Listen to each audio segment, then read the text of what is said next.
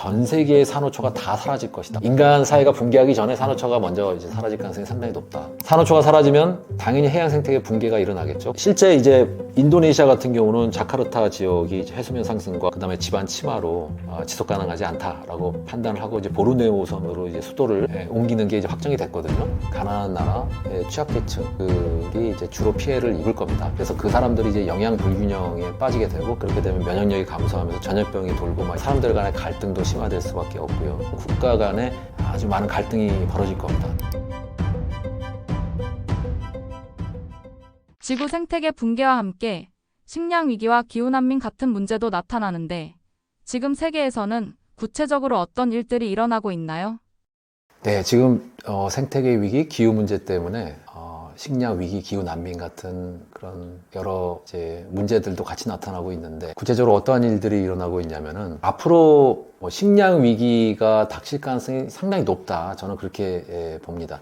기후 위기가 이런 상태로 계속 진행이 된다면 뭔가 완화가 되지 않고 계속 이 상태로 진행이 된다면은 결국 이제 식량 위기가 오게 될 것 같다는 생각이 드는데 무엇보다도 지금 유럽에서도 연구 결과가 뚜렷하게 나온 게 있는데 독일 같은 곳에서 연구를 해보니까 불과 몇십 년 사이에 곤충의 4분의 3이 사라졌다. 개체수가 크게 감소를 했다고 하는데 뭐 독일뿐만 그런 게 아니겠죠. 유럽 전역에서 이제 그런 식의 곤충 개체수의 감소가 뚜렷하게 나타나고 있고 우리나라도 봄철만 되면 꿀벌의 개체수가 감소한다, 문제다 이런 기사들이 뭐 자주 나오는 것을 우리가 볼 수가 있는데요. 이 곤충이 사라지게 되면 어떤 문제가 있느냐? 당연히 이제 곤충이 이제 우리가 흔히 수분 매개자라고 얘기하는데 꽃가루를 이렇게 전달해 주는 그런 역할을 하잖아요. 그래서 꽃가루가 제대로 이제 암술에 묻지가 않으면은 씨가 안 맺히니까 작물 생산량이 크게 감소할 수가 있겠죠. 식량 위기가 올 가능성이 높습니다. 근데 왜 곤충 개체수가 감소하느냐? 이거는 이제 기후 문제랑 직접적인 관련이 있다고 볼 수가 있는데 온도가 너무 빠르게 오르다 보니까 꽃의 개화 시기하고 꿀벌의 활동 시기가 매치가 안 되는 거예요. 원래는 그게 적정한 수준의 온도에 맞춰서 꿀벌이 거기에 적응돼 있는 상태인데 온도가 갑작스럽게 이제 올라가게 되면은 꿀벌이 나와서 활동하는 시기하고 꽃이 개화하는 시기가 틀려지면서 이 꿀벌이 먹잇감도 못 찾고 꿀벌이 이 식물의 화분, 꽃가루를 전달도 못 해주는 그런 일들이 연쇄적으로 나타날 수가 있습니다. 게다가 이제 곤충이 개체수가 감소하는 이유가 기본적으로 여러 가지 이유들이 있을 수 있습니다만 가장 큰 거는 이제 인간이 서식처를 직접적으로 교란하고 있다는 거죠. 도시화, 그 다음에 산업화, 그 다음에 개발을 많이 하다 보니까 곤충들이 직접적으로 이제 피해를 입고 있고, 그 다음에 또 농지에서 사람들이 이제 살충제나 제초제 같은 농약을 너무 많이 쓰다 보니까 그게 이제 곤충들한테 안 좋은 영향을 미치고 있고요. 거기다가 이제 기후 변화까지 방금 말씀드렸다시피 기후가 변화하면서 기온이 빠르게 오르다 보니까 꿀벌이 돌아다니는 시기하고 꽃의 개화 시기가 맞지 않는 그런 문제, 이런 것들 때문에 곤충의 개체수가 감소하고 작물의 생산량이 떨어지면서 인간에게 식량 위기가 올 가능성이 높다 이렇게 생각을 하고요. 또 중요한 게 이제 해양 생태계의 문제인데 해양에서 굉장히 중요한 생태계가 있습니다. 바로 산호초인데요. 산호초가 그 다양한 해양 생물의 그런 서식처 역할을 해요. 산호초 그 자체로도 다양성이 상당히 해양 생태계 내에서 중요한 그 부문을 차지하지만 산호초에서 살고 있는 다양한 해양 생물, 이 해양 생물의 다양성도 해양 생태계를 유지하는데 상당히 중요한 역할을 하고 있거든요. 근데 산호초가 사라지면 산호초뿐만 아니고 산호초를 지지 기반으로 해서 살아가는 다양한 해양 생물들이 같이 사라집니다. 그러니까 산호초가 어떻게 보면은 육지의 아마존 열대우림하고 비슷하다라고 이제 보시면 되는데 아마존 열대우림도 많은 그 육상 생물의 서식처거든요. 아마존 지역이 이제 사라지게 되면은 식생만 사라지는 게 아니고 그 식생에서 살아가고 있는 다른 동물들도 같이 사라지는 것이죠. 마찬가지로 바다에서 아마존 열대우림의 역할을 하는 산호초가 사라지게 되면 산호초를 기반으로 해서 살아가는 다른 해양 생물들도 같이 사라지니까 해양 생태계가 갑작스럽게 붕괴될 가능성이 있어요. 이미 그 해양 생태계의 산호초가 이미 50% 이상 폐사했다고 하는 연구 결과가 있고, 심지어 이제 호주의 유명한 관광지 중에 하나인데 호주 대보초라고 하는 지역이 있거든요. 그 호주 대보초는 이미 지금 70% 가까이 이제 폐사했다는 연구 결과가 나오고 있고, 이 산업화 이전 대비 대기 온도가 2도까지 올라가게 되면 전 세계의 산호초가 다 사라질 것이다. 99% 사라질 것이라고 하는 상당히 극단적인 연구 결과도 이미 나와 있습니다. 처음 그 연구 결과 나왔을 때는 이거 너무 극단적인데 좀 너무 겁을 주는 거 아니야 그랬는데 지금은 많은 학자들이 그럴 가능성이 상당히 높다라고 이제 받아들이고 있는 그런 상황인 것 같고요. 그만큼 이제 산업화 이전 대비 2도 정도 오르게 되면은 전 지구에서 산호가 거의 다 사라질 것이다라고 얘기를 하고 있으니까 지금 아까 제가 잠깐 말씀드렸다시피 산업화 이전 대비 3도까지는 올라갈 거다. 2100년이 되면은 그 얘기는 어느 순간에 이제 지구상의 산호초가 결국은 다 사라질 것이다. 인간은 산호초가 없는 지구 위에서 살게 될 것이다. 라는 이야기가 이제 가능한 거죠. 네. 결국은 산호초가 언젠간 사라질 것 같아요. 인간 사회가 붕괴하기 전에 산호초가 먼저 이제 사라질 가능성이 상당히 높다. 산호초가 사라지면 당연히 해양 생태계 붕괴가 일어나겠죠. 그러면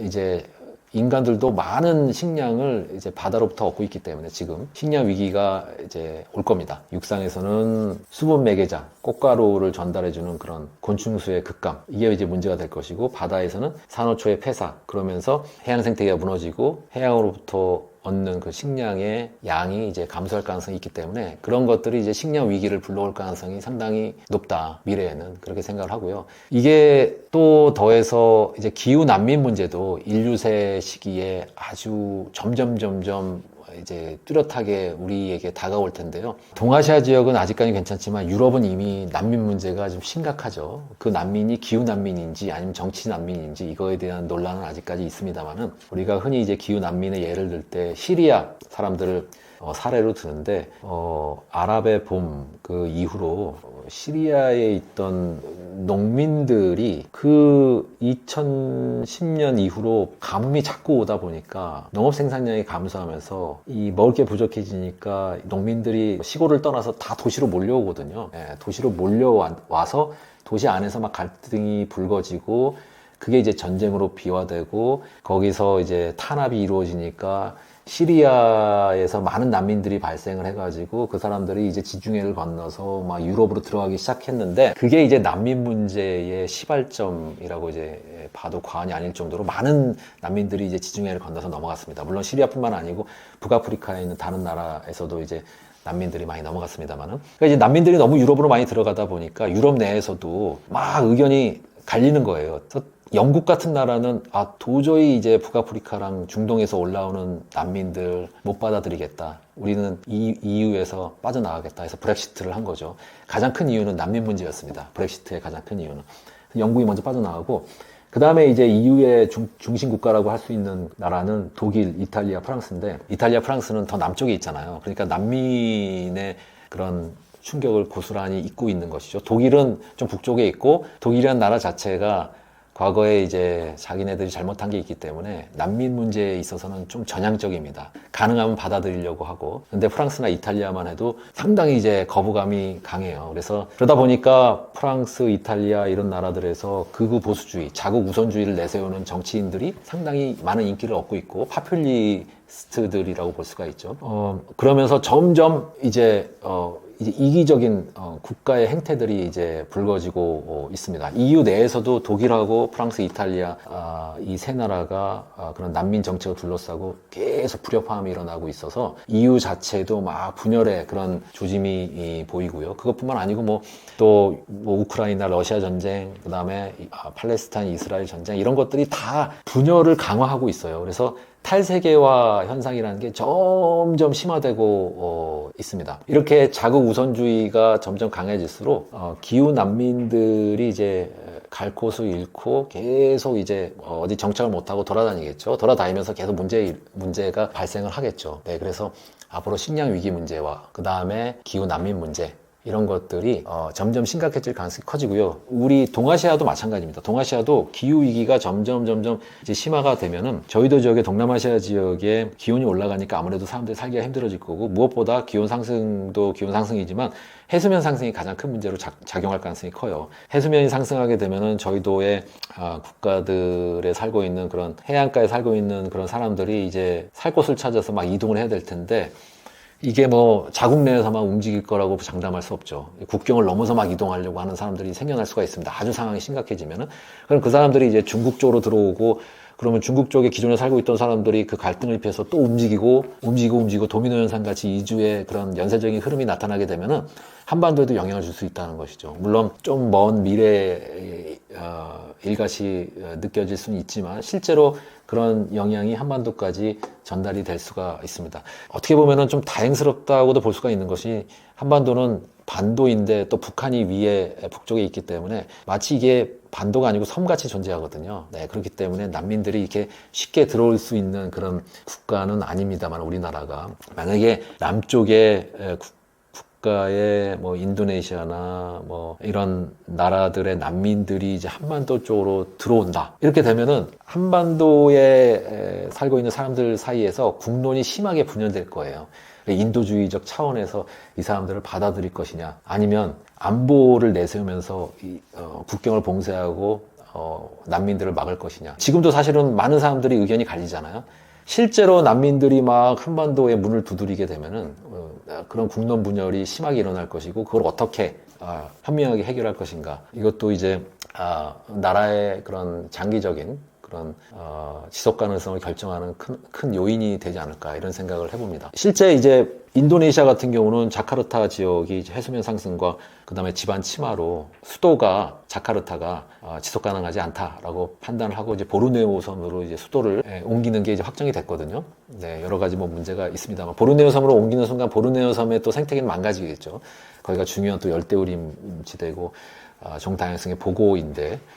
뭐 그런 것까지 다 생각을 해보면은 참 좀 버겁게 느껴지긴 하는데 우리가 이제 중요하게 볼 거는 모든 그 현상들이 다 서로 연결돼 있다. 그러니까 우리가 시스템적으로 생각을 해야 된다. 모든 생태계를 구성하는 요소들은 서로 다 연결이 돼 있기 때문에 어느 한쪽에 문제가 생기면 다른 쪽도 다 그 영향을 받아가지고 문제가 발생한다. 네, 그래서 우리가 그런 측면을 고려를 해서 현재를 진단하고 미래를 예측하고 좀 신중하게 행동할 필요가 있다. 그렇게 생각을 합니다. 식량위기 문제가 일어나면 또 어떤 문제가 발생하게 될까요? 아무래도 식량 위기가 오게 되면은 이제 가난한 나라의 취약계층들이 이제 주로 피해를 입을 겁니다. 그래서 그 사람들이 이제 영양 불균형에 빠지게 되고 그렇게 되면 면역력이 감소하면서 전염병이 돌고 막 이런 문제들이 발생을 하겠죠. 그러니까 그 사람들 사이에서 이제 불만이 불거질 수밖에 없고 또 이제 물자가 부족해지니까 사람들 간의 갈등도 심화될 수밖에 없고요. 정치적으로 불안도 이어질 것이고 나 이 지역에서 못 살겠다 해서 이동하는 사람들, 난민이 증가할 것이고 또 이제 식량이 부족해지면 곡물 가격이 상승하니까 인플레이션이 또 돌겠죠. 결국은 이게 어떤 한 나라 안에서 이 문제가 발생하는 게 아니고 결국 한 나라에서 문제가 발생하면 그게 다른 나라에게까지 영향력이 전파가 되거든요. 그래서 식량과 자원을 둘러싸고 국가 간에 아주 많은 갈등이 벌어질 겁니다. 그렇게 되면 국제사회가 이제 불안해질 것이고 뭔가 이 식량이 부족해지면은 농업 생산성을 늘리기 위해서 농업을 집약적으로 이제 전개할 가능성이 있어요. 그렇게 되면 생태계가 더 빠르게 파괴가 되겠죠. 생태계가 더 빠르게 파괴가 되면은 결국은 그 얘기는 곧 온실가스가 대기 중으로 방출이 된다는 얘기거든요. 토양을 너무 과도하게 이용을 한다든가 또 숲을 제거한다든가 이 과정에서 탄소가 많이 대기 중으로 방출이 되기 때문에 그 과정에서 온난화가 더 심화가 될 수가 있고 온난화가 심화되면은 뭐 지금도 느끼시겠지만은 기온이 빠르게 상승한다는 것이기 때문에 거기에 수반해서 다양한 기상이변들이 발생을 합니다. 그래서 가뭄 빈도가 늘어나고 홍수 빈도가 늘어나고 가뭄이 일어나고 홍수가 일어나면은 그게 곧바로 기근으로 가는 겁니다. 그러니까 이제 식량 위기가 계속적으로 더 심화될 가능성이 크다. 한번 식량 위기가 불거지게 되면은 그게 이제 연쇄적으로 우리가 흔히 이제 양의 되먹임, 양의 피드백 뭐 이런 얘기를 하는데 점점 상황을 악화시킬 가능성이 크다. 그렇게 봅니다. 지구 붕괴를 막기 위해서 전 세계적인 협력이 필요해 보이는데 어떻게 대응하고 있나요? 네, 참 안타까운데 우리가 이제 파리 협정을 잘 체결을 하고 많은 국가 수반들이 적극적으로 이 기후 변화를 막기 위해서 움직이겠다 이렇게 약속을 했는데 실제 보면 그 결과는 그렇게 우리가 원하는 방향으로 흘러가고 있는 것 같지는 않습니다. 그러니까 결국은 기후 위기 완화에 실패했다라고 이제 볼 수밖에 없을 것 같은데요. 즉 그 얘기는 이제 완화는 어렵고 앞으로 지구온난화는 계속 진행이 될 수밖에 없는 것 같으니, 물론 이제 속도를 우리가 어느 정도까지 늦출 수 있느냐, 이거는 이제 앞으로 우리가 어떻게 행동하느냐에 달려 있는 것이죠. 완화뿐만 아니고 이제 적응에 또 자원을 투자해야 되는 그런 시기가 왔다, 이렇게 이제 많은 사람들이 얘기를 하고 있습니다. 왜냐하면 적응이 중요한 거는 이것도 마찬가지로 돈 있고 자원 있는 사람은 사실은 적응에 문제가 없습니다. 네. 돈으로 뭐 기후 위기 이런 거 충분히 극복할 수가 있죠. 근데 결국은 또 취약계층한테 그런 기후 변화의 충격이 집중이 되고 있기 때문에, 그러한 기후 변화의 충격을 받는 집단들이 이제 불만을 갖게 되면 결국 사회에 혼란이 발생하고, 그 사회 혼란이 전 세계적으로 이제 퍼져 나가서 결국은 그게 큰 문제로 이제 비화될 수가 있는 것이죠. 그래서 우리가 기후 정의적인 측면뿐만 아니고 뭔가 안보 측면에서도 취약계층이 뭔가 이런 기후변화의 피해를 집중적으로 받는 것을 우리가 해야 하는 당위성이 있거든요. 근데 이제 안타깝게도 탈세계화 경향이 너무 강해지고 있어서 각 나라들이 각자 도생의 길로 가고 있습니다. 자국 우선주의의 그런 경향이 너무 강해지고 있는 것이죠. 이런 되게 보면은 좀 부정적으로 예측이 되지만, 그래도 우리가 이거를 해결하기 위해서 노력을 해야 된다, 그런 생각을 많은 사람들이 여전히 갖고 있는 것은 사실이고요. 지금 유엔을 중심으로 지속 가능한 발전을 계속적으로 이제 추구를 하고 있고, 또 유엔에서 생물 다양성 협약, 이것도 굉장히 강조를 하고 있습니다. 종다양성 감소를 막고 멸종을 막고 이런 것들에 대한 노력을 많이 기울이고 있고, 기업도 지금 아리백과 같은 ESG 경영에 많은 그 투자를 하고 있죠. 물론 최근에 그린워싱 뭐 이런 개념이 새롭게 나올 정도로 기업이나 국가에서 유권자나 뭐 소비자를 속이고 있다, 이런 비판도 많이 나오고 있습니다만은, 일단 최소한 기업에서 ESG 경영, 특히 ESG에서 environment, 환경을 강조하는 것은 뭐 부인할 수 없는 사실인 것 같고요. 또 아리백 같은 다양한 창의적인 그런 기후위기 해결 방안들도 계속 나오고 있으니까 뭔가 우리가 이런 것을 희망적인 눈으로 바라볼 여지는 있다고 보고요. 또 재생에너지를 각 나라에서 이제 확충을 하고 있죠. 우리나라도 지금 재생에너지 비율이 너무 낮아서 많은 환경을 걱정하는 사람들이 그 문제를 지적을 하고 있는데요. 앞으로 우리나라도 태양광이나 풍력 발전에 많은 투자를 해야 되지 않나, 그런 생각을 합니다. 그리고 또 스마트 농업 이런 것들도 앞으로 더 활성화돼야 될 것 같고, 또 경제적으로 보면은 탄소 배출권이나 탄소 국경 조정 제도, 이제 EU에서 곧 시행할 것으로 보이는 탄소 국경 조정 제도와 관련해서 또 거기에 대비를 좀 해야 될 것 같고요. 그러니까 결국은 모든 그 정책이라는 게 탄소 배출을 어떻게 줄이느냐, 이런 그 목표를 갖고 이제 정책이 만들어지는데요. 이거는 우리가 이제 지금 제가 아까 조금 부정적으로 얘기했습니다만, 이 기후변화를 완화시키는데 이제 거의 실패한 게 아니냐, 이렇게 얘기했습니다만, 그래도 실패했다고 그냥 포기할 수는 없잖아요. 그래서 기후변화 완화에 지속적인 노력을 해야 된다. 동시에 거의 같은 비중으로 적응에도 신경을 써야 된다. 왜냐하면 적응 노력을 안 할 경우에 취약계층의 그 기후변화 충격이라는 게 집중이 될 수 있기 때문에 그런 것이고요. 여러 가지 이제 노력들을 많이 하고 있습니다만은 그 효과는 아직까지 미미한 것 같다. 그게 이제 제 생각입니다. 기후와 환경 변화로 인한 여러 문제에 대비해서 우린 어떤 것을 준비하면 좋을까요?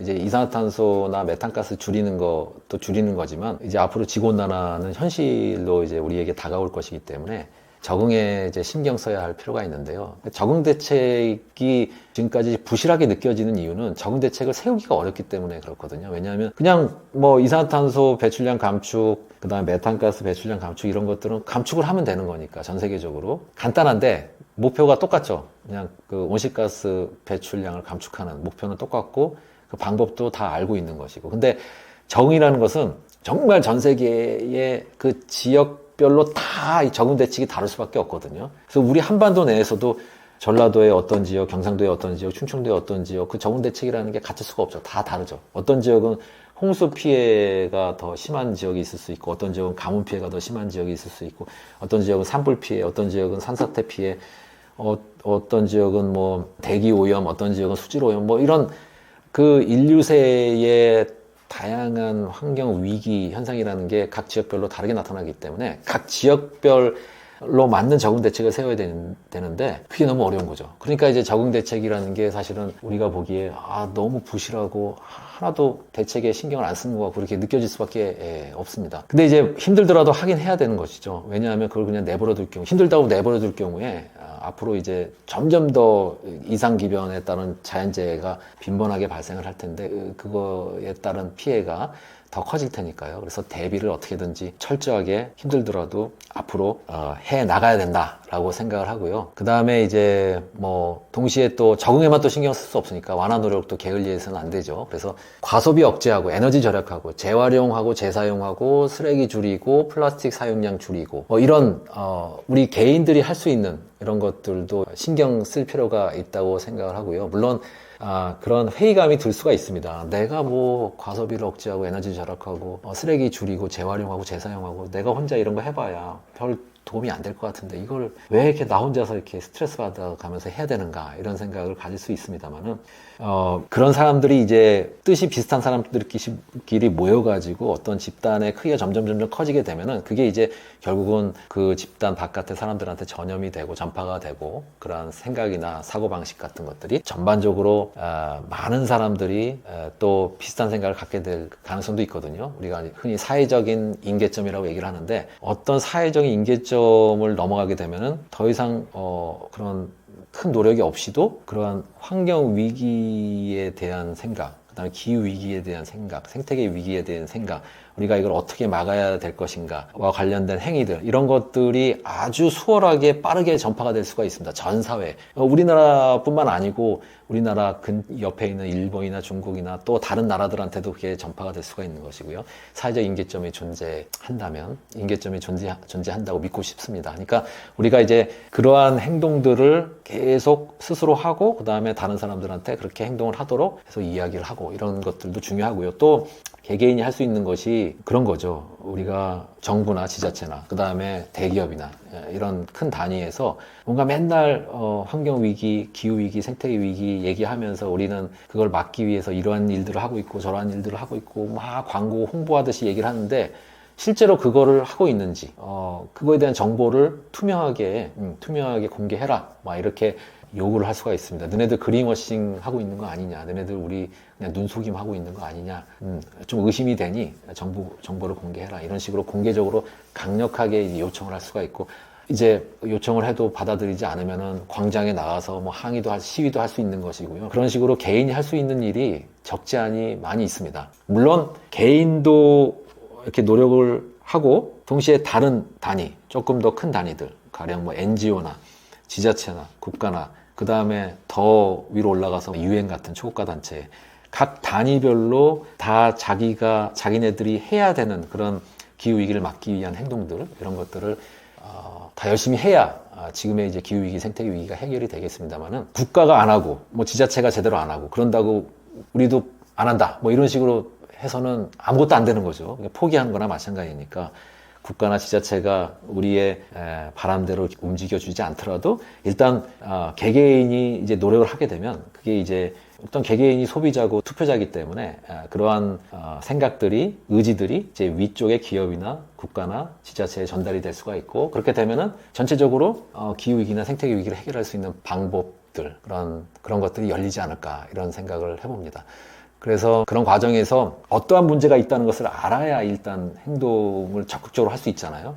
그래서 정보를 정확하게 수집하려고 하는 노력들을 게을리하면 안 될 것 같아요. 그래서 지금 환경 상태라든가 기후변화 상태라든가 생태계 문제 상태라든가 우리나라와 관련된 정보만 얻어서는 안 되고 저희도 지역, 그 다음에 북극, 남극, 그 다음에 또 아마존 지역, 그 다음에 보르네오 섬에 있는 열대우림, 아프리카 콩고 분지에 있는 열대우림, 또 다른 저쪽에 타이가 식생지대, 캐나다에 있는 냉대림지대, 뭐 그런 다양한 생태계하고 바다도 중요하죠. 적도의 산호초, 다양한 생태계의 현 상황들, 남극이나 그린란드의 그 빙하의 현 상황들, 고지대에 있는 빙하 지금 상태, 이런 것들에 대한 정보를 적극적으로 수집을 하려고 하고 좀 알려고 하는 노력을 해야 된다. 그 과정에서 교육자나 언론인의 역할도 상당히 중요할 것이다. 정확한 정보를 일반인들한테 주려고 하는, 대중들한테 주려고 하는 노력을 게을리해서는 안 된다라고 생각을 합니다.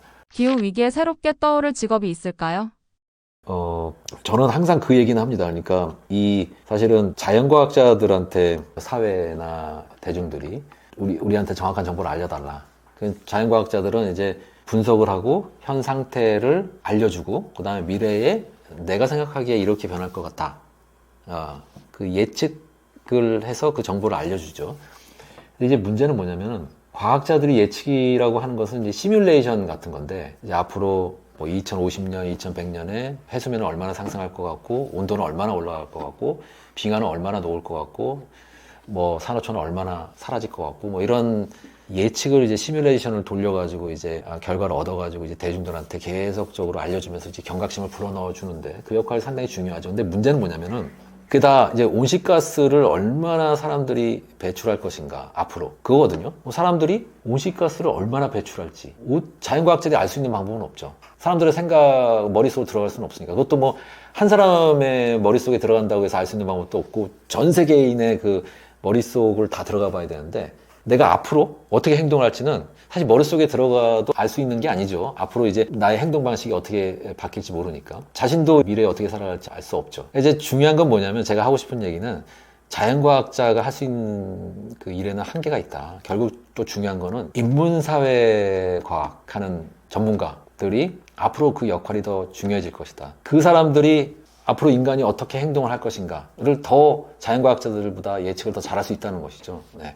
그러니까 인간을 공부하는 사람들이죠. 인간을 공부하는 사람들이 앞으로 인간이 어떻게 행동할 것인가를 예측을 더 잘할 수 있고 인간이 잘못된 방향으로 가려고 할 때 그 인문사회과학 하는 사람들이 교정을 해줄 수가 있는 거죠. 윤리나 철학 같은 거를 자꾸 이제 빠르게 인류세 시기에 맞는 윤리나 철학을 정립을 잘 해가지고 그걸 계속 교육을 통해 가지고 그 전파를 하면서 인간이 옳은 길로 갈 수 있도록 윤리학자나 철학자나 도덕을 그런 다루는 그런 학자들이 앞으로 중요한 역할을 해야 되지 않느냐. 그런 측면에서 보면은 그분들이 뭐 그런 일을 한다고 해서 돈을 많이 벌 거다라는 생각은 안 하지만 인간 사회가 좀 더 오랜 기간 지속가능하게 유지가 되려면 그런 분들의 역할이 중요하지 않을까 그렇게 생각을 해봅니다. 제가 최근에 쓴 이 책 인간의 시대에 오신 것을 애도합니다. 제목만 봐서는 사실은 무엇을 얘기하려고 하는지 좀 감이 안 오실 수도 있는데 이거는 인류세의 그 속성에 대해서 제가 이제 풀어 쓴 겁니다. 그래서 인류세라는 단어가 조금 어색하게 느끼시는 분들이 많이 있을 것 같은데 여전히 그러니까 이제 인류세라는 단어가 의미하는 바는 인간의